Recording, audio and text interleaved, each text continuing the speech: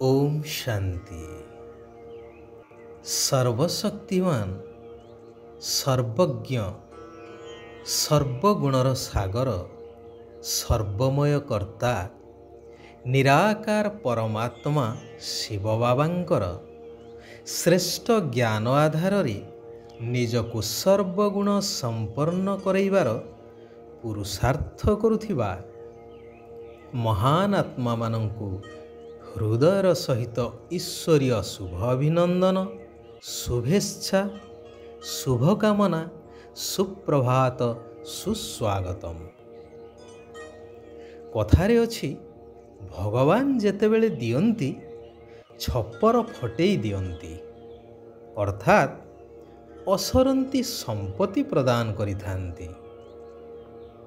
थरे जणे लोक मंदिर को जाई कहिले, प्रभु आपण कुआडे जाहाकू दियंती तार भंडार भरपूर हो जाए, पीढ़ी पीढ़ी खाइले बोइले सरे नहीं, तेबे मो उपरे टिके दया करुनाहांती काहींकी?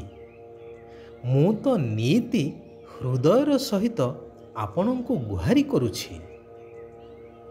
भगवान शून्यवाणी शुणिले कि मु तो समस्तंकु देवा पाई प्रस्तुत अछि, कारण मोर कर्तव्य होछि देवा। परंतु नेलावाला मो कथा शुणिले तो मो ठारु संपत्ति पाइबा पाई हेले मु जेउ कथा कहूछि सही अनुसारे काम करिबा दरकार। तहु लोक जनक कहिले, प्रभु आपण आदेश करंतु मते कौन करिबा को हेबो? उत्तर रे भगवान कहिले, बेसी किछि कष्ट काम नुहे कि धन खर्च करिवार कथा मध्य नाही। केवल प्रत्यह ब्राह्म मुहूर्त रे उठी निद्रा त्याग करी एकनिष्ठ होई केवल मोरी स्मृति रे रही निस्वार्थ प्रभाव रे सारा जगतर कल्याण पाई शुभ चिंता कर। से मित्र ही थाउ बा शत्रु, कहा प्रति घृणा भाव न रहू कि मोह आदि न रहू। एपरि भावरे बस जेपरि कौनसी भी परिस्थिति बा किपरि भी वातावरण ही थाउ, किंतु तुमे जेपरि विचलित न हुआ। मु प्रतिज्ञा करुछि तुमको तुमर मन इच्छित प्राप्ति कराइबी। लोकटी अति आनंद रे प्रभुंक उद्देश्य रे प्रणाम जणाई घर को फेरिले। भगवान को कहिबा मुताबक कार्य मध्य आरंभ करिदेले। ब्राह्म मुहूर्त रे उठी बसिबाटा सबुदिनर जेपरि अभ्यासगत हो गला। मात्र केउ दिन मन विचलित होई एणे तेणे घूरी बुलिला तो केबे केबे पिला छुआंक चिंता करिबा को लागिले कि भगवान देले मो पिला मानक पई कौन कौन सब करिबी। एही योजना बुद्धि रे चलिला। विश्वर कल्याण चिंता करिबा समय रे शत्रुर चेहरा मानस पट को आसीगले। न चाही मध्य अजाणतरे केते समय पर्यंत सही व्यक्ति प्रति ओलटा सीधा व्यर्थ चिंता चलिला, ताहा मध्य जଣା पड़िला नहीं।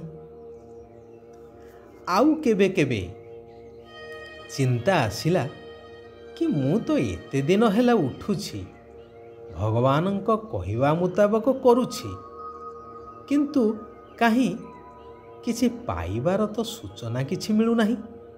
अर्थात बुद्धि संशय हेई गला। एही परी किछि दिन बीतीगला परे दिने पुनश्च लोक जनक मंदिर को जाई भगवान को अभिमान भरा कंठरे कहि चलिले। किछि न मिलिबार मध्य अभियोग कले।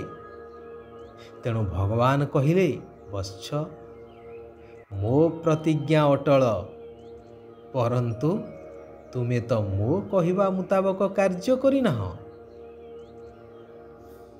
ମନବୁଦ୍ଧିକୁ ଏକାଗ୍ର କରିନାହ, ନାମକୁ ମାତ୍ର ଉଠି ବସିଛ।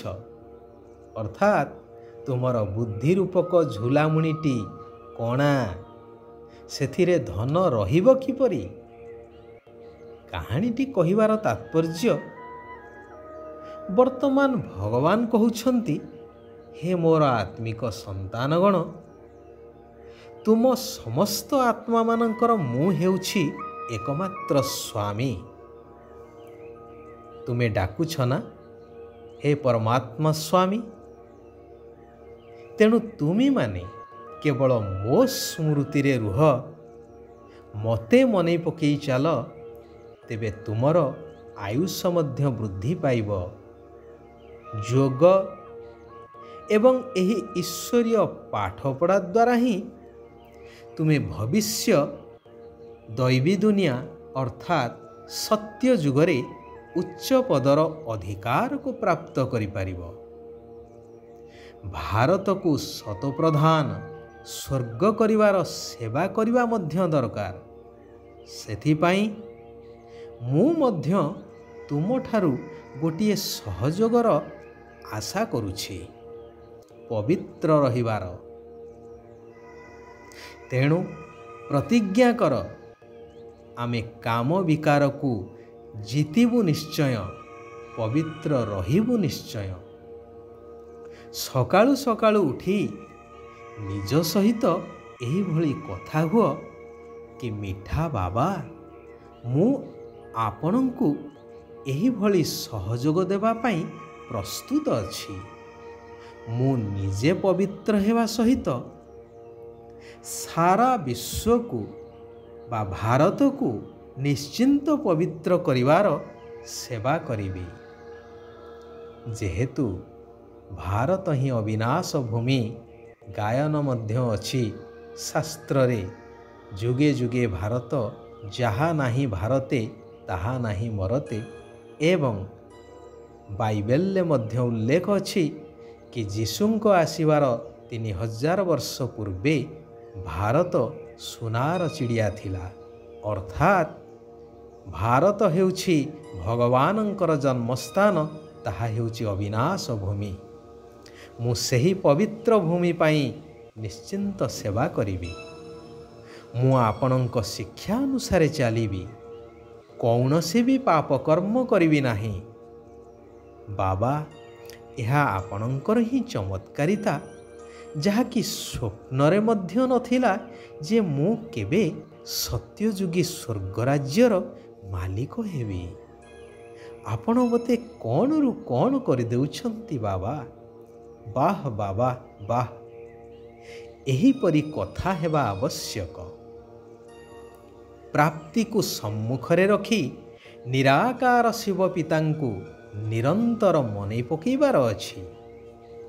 ଶିବ ବାବା କହୁଛନ୍ତି, ମହାବୀର ହୋଇ ପ୍ରତ୍ୟେକ ସମସ୍ୟାର ସମାଧାନ କରୁଥିବା, ସର୍ବଦା ନିର୍ଭୟ ଏବଂ ବିଜୟୀ ହୁଅ। ଯେଉଁମାନେ ମହାବୀର, ସେମାନେ କେବେ ହେଲେ ଏହିଭଳି ବାହାନା କରିପାରିବେ ନାହିଁ ଯେ ପରିସ୍ଥିତି ବା ସମସ୍ୟା ଏଇଭଳି ଥିଲା, ସେଇଥିପାଇଁ ମୋର ପରାଜୟ ହେଲା, ମୁଁ ହାରିଗଲି। ତେବେ ସମସ୍ୟାର କାମ ହେଲା ଆସିବା, ଆଉ ମହାବୀରଙ୍କର କାମ ହେଲା ସମସ୍ୟାକୁ ସମାଧାନ କରି ବିଜୟୀ ହେବା। ହାରିଯିବାର ନଥିବ କେବେ, କି ଛୋଟ ମୋଟ କଥାରେ ଦୁର୍ବଳ ହେଉନଥିବେ। ସର୍ବଦା ଶାରୀରିକ ଏବଂ ମାନସିକ ଖୁସିର ଅନୁଭବ କରି ଚାଲୁଥିବେ। କେବେ ଉଦାସ ହେବେ ନାହିଁ, କି ଦୁଃଖର ଲହଡ଼ି ସେମାନଙ୍କ ପାଖକୁ ସ୍ୱପ୍ନରେ ସୁଦ୍ଧା ଆସିପାରିବ ନାହିଁ। ଜ୍ଞାନୀ ଏବଂ ଯୋଗୀ ଆତ୍ମାର ଲକ୍ଷଣ ହେଉଛି ସମସ୍ତଙ୍କ ପ୍ରତି ସର୍ବଦା କଲ୍ୟାଣର ଭାବନା ରଖିବା। ଆଚ୍ଛା, ଆଜି ପାଇଁ ଏଇଠାରେ ଆମେମାନେ ବିରାମ ନେବା। ଆସନ୍ତାକାଲି ପୁନଶ୍ଚ ଆମେମାନେ ସେହି କଲ୍ୟାଣକାରୀ ପରମ ପ୍ରିୟ ପରମାତ୍ମାଙ୍କର ଆଉ କିଛି କଲ୍ୟାଣକାରୀ ମହାବାକ୍ୟକୁ ଶ୍ରବଣ କରିବା, ଆଲୋଚନା କରିବା, ନିଜ ଜୀବନରେ ଧାରଣ କରି ନିଜକୁ ପରିବର୍ତ୍ତନ କରିବା ସହିତ ସାରା ବିଶ୍ୱକୁ ମଧ୍ୟ ପରିବର୍ତ୍ତନ କରିବାର ମହାନ କାର୍ଯ୍ୟ କରିଚାଲିବା, ସାରା ବିଶ୍ୱର କଲ୍ୟାଣ କରିଚାଲିବା। ଓମ୍ ଶାନ୍ତି, ଓମ୍ ଶାନ୍ତି, ଓମ୍ ଶାନ୍ତି।